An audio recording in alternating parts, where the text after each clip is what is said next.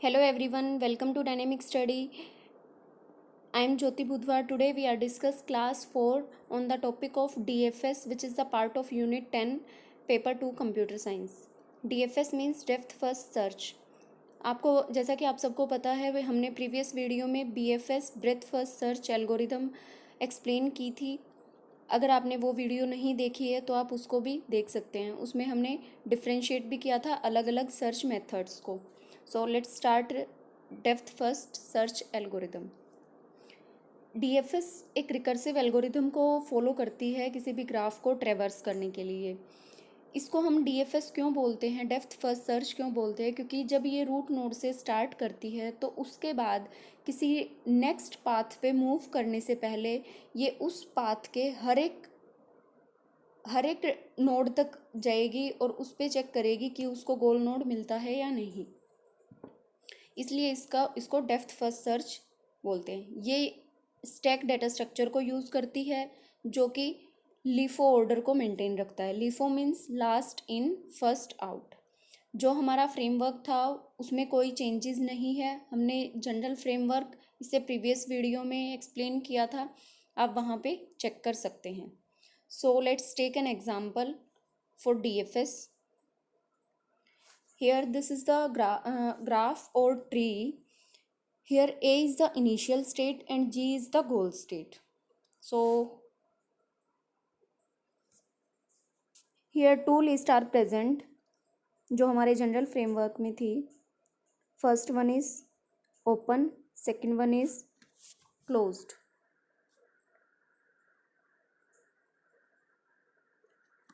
ठीक है. ओपन में हमारा सबसे पहले इनिशियल स्टेट जो होती है वो हमारी ओपन लिस्ट में होती है. और यहाँ पे हमने कौन सा डेटा स्ट्रक्चर यूज़ किया है? स्टैक.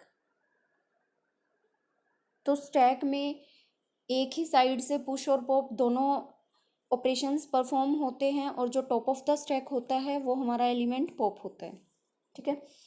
फर्स्ट टाइम पे हमारी जो क्लोज लिस्ट है वो खाली है. नेक्स्ट जब हमने ए को या प्लेस कराया क्लोज में तो जो ए के सक्सेसर नोड्स थे वो जनरेट हुए बी और सी. उसके लिए हमने चेक किया कि बी और सी क्या हमारे ओपन और क्लोज के यूनियन से बिलोंग करते हैं? नहीं करते. तो वो हमारी ओपन लिस्ट में प्लेस हो जाएंगे बी और सी. नाउ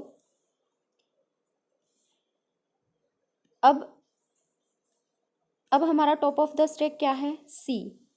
जब हम सी को प्लेस कराएंगे क्लोज लिस्ट में ए सी, उस टाइम पे सी के जो सक्सेसर नोड्स होंगे वो जनरेट होंगे.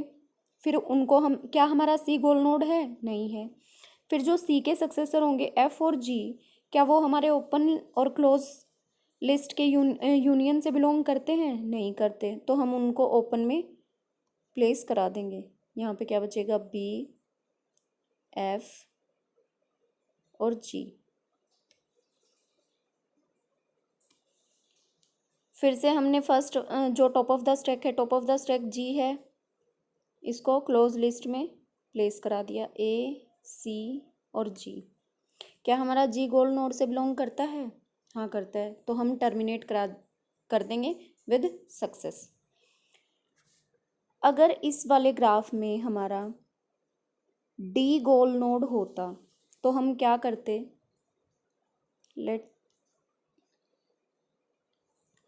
जब हमने जी को प्लेस कराया क्लोज लिस्ट में तो जी का कोई फर्दर चाइल्ड नहीं था, मीन्स डेड एंड आ गया. अब इसके बाद हमें क्या करना पड़ेगा? Back track. यहाँ पे इस वाले पाथ में कोई और पॉसिबिलिटी नहीं है ट्रेवर्स करने के लिए. तो जो DFS है जब उसके पास कोई और नोड नहीं बचता ट्रेवर्स के लिए तो वो क्या करता है? नेक्स्ट पाथ को फॉलो करता है, मीन्स बैक ट्रैक करेगा पहले, उसके बाद नेक्स्ट पाथ पे जाएगा. ठीक है. तो जी ने बैक ट्रैक किया.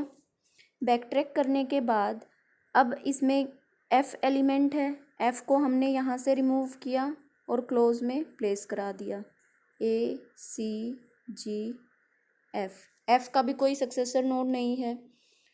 तो फिर हमने बी को फिर से बैक ट्रैक किया. सी के पास भी कोई और पॉसिबिलिटी नहीं है. फिर दोबारा ए पे गए, ए से हम बी के पास पॉसिबिलिटी है.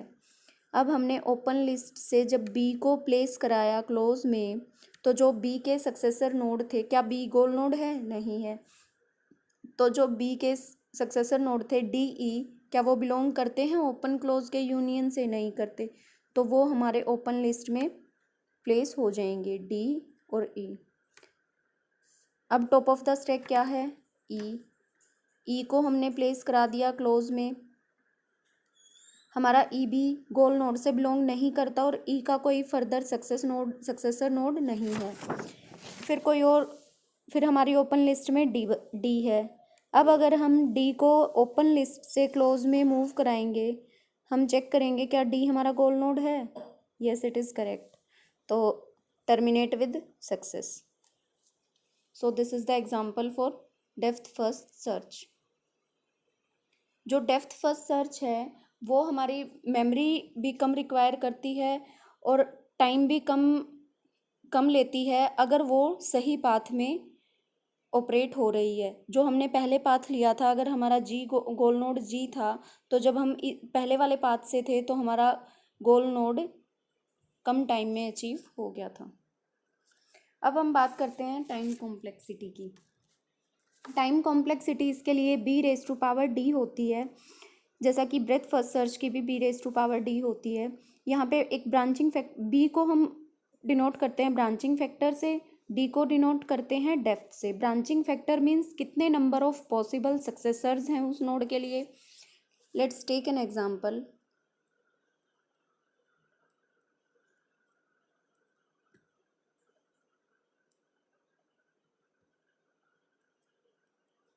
हम वर्स्ट केस लेंगे टाइम कॉम्प्लेक्सिटी के लिए।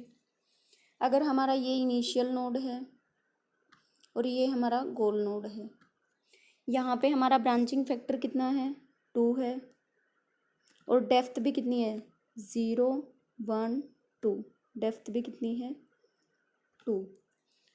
तो जब हमने स्टार्ट किया फर्स्ट वाले नोड से, यहाँ पे आए, इसके पास और फर्दर आगे चॉइस थी, फिर यहाँ पे आए, अब यहाँ पे कोई और चॉइस नहीं बची, इसके बाद यहाँ पे ट्रेवर्स किया, देन फिर बैक ट्रैक किया, फिर बैक ट्रैक किया, फिर इस वाले पाथ पे आए, फिर इधर, फिर इधर। मीन्स इसने हर एक नोड को एक बार एक्सेस किया है, ट्रेवर्स किया है, ये चेक करने के लिए कि गोल नोड पे हम पहुँचे या नहीं पहुँचे। हर एक नोड को कैसे एक्सेस किया है? पहले एक पूरी डेप्थ तक गया है, उसके बाद फर्दर अगर कोई पॉसिबिलिटी नहीं थी तो बैक ट्रैक किया। तो फर्स्ट टाइम रूट नोड को एक्सेस किया, उसके लिए 1 टाइम लगा। सेकंड लेवल पे उसने कितने नोड्स को एक्सेस किया है? जितना हमारा ब्रांचिंग फैक्टर है, मीन्स 2 था यहाँ पे ब्रांचिंग फैक्टर, तो 2 नोड एक्सेस हुए हैं बी। उससे नेक्स्ट लेवल पे कितने नोड को ट्रेवर्स किया है? 4, मीन्स b⁻2। ब्रांचिंग फैक्टर 2 था तो दोनों के फर्दर 2 सक्सेसर्स होंगे, b⁻2। अप टू ये कहाँ तक जाएगा? जितनी हमारी डेप्थ है, b⁻d। This is the GP series. और जीपी सीरीज़ को हम कैसे राइट डाउन कर सकते हैं? b⁻d+1 -1 divide by b-1। So here जो कांस्टेंट पार्ट है वो हमारा नेग्लेक्ट हो जाएगा,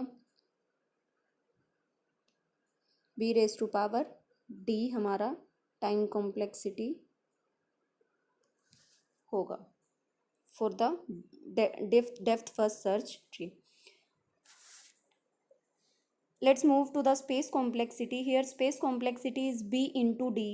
b also branching factor, d also depth. Let's take an example. अगर हमारा ये रूट नोड है, उसके 20 सब चाइल्ड हैं, सक्सेसर्स हैं, बिकॉज हमारा ब्रांचिंग फैक्टर कितना है? b। तो यहाँ पे कितने चाइल्ड हुए? b। और ये डेप्थ तक जाता है जब तक उसके पास चॉइसेस रहती है, जब चॉइस नहीं होती तो बैक ट्रैक करता है। तो लेट्स सपोज दैट ये हमारा टॉप ऑफ द स्टैक है, तो जो टॉप ऑफ द स्टैक होगा वो वाला एलिमेंट ओपन लिस्ट से बाहर आएगा और उसके जो फर्दर सक्सेसर्स होंगे वो हमारे ओपन लिस्ट में प्लेस हो जाएंगे। तो ब्रांचिंग फैक्टर b था, तो इस टॉप ऑफ द स्टैक के फिर से B branching factor B successors हमारी ओपन लिस्ट में आ गए। At the time this is the top of the stack. अब सेकंड लेवल पे भी हमारे बी चाइल्ड हो गए। Next further B child. So here root node पे कितने नोड्स, कितने कितने नोड की रिक्वायरमेंट है, 1। कितना स्पेस लिया, 1 मेमोरी स्लॉट। नेक्स्ट पे बी, बिकॉज बी हमारा ब्रांचिंग फैक्टर था। फिर से नेक्स्ट नोड पे बी ही लिया बिकॉज वो डेप्थ तक जाता है, एक ही नोड को आगे एक्सप्लोर करता है एक टाइम पे। Up to B plus up to B into D times. So how we can write this, 1 plus 1 हमारा कॉन्स्टेंट टर्म है, इसको हम नेग्लेक्ट कर देंगे। B plus up to D times. So we can also write in B rest B into T. This is the space complexity. In case of space complexity DFS works better as compared to breadth first search tree. Thank you so much guys. Video कैसी लगी comment करके ज़रूर बताना, like and share करना ना भूलें। Next video में मिलते हैं नेक्स्ट टॉपिक के साथ।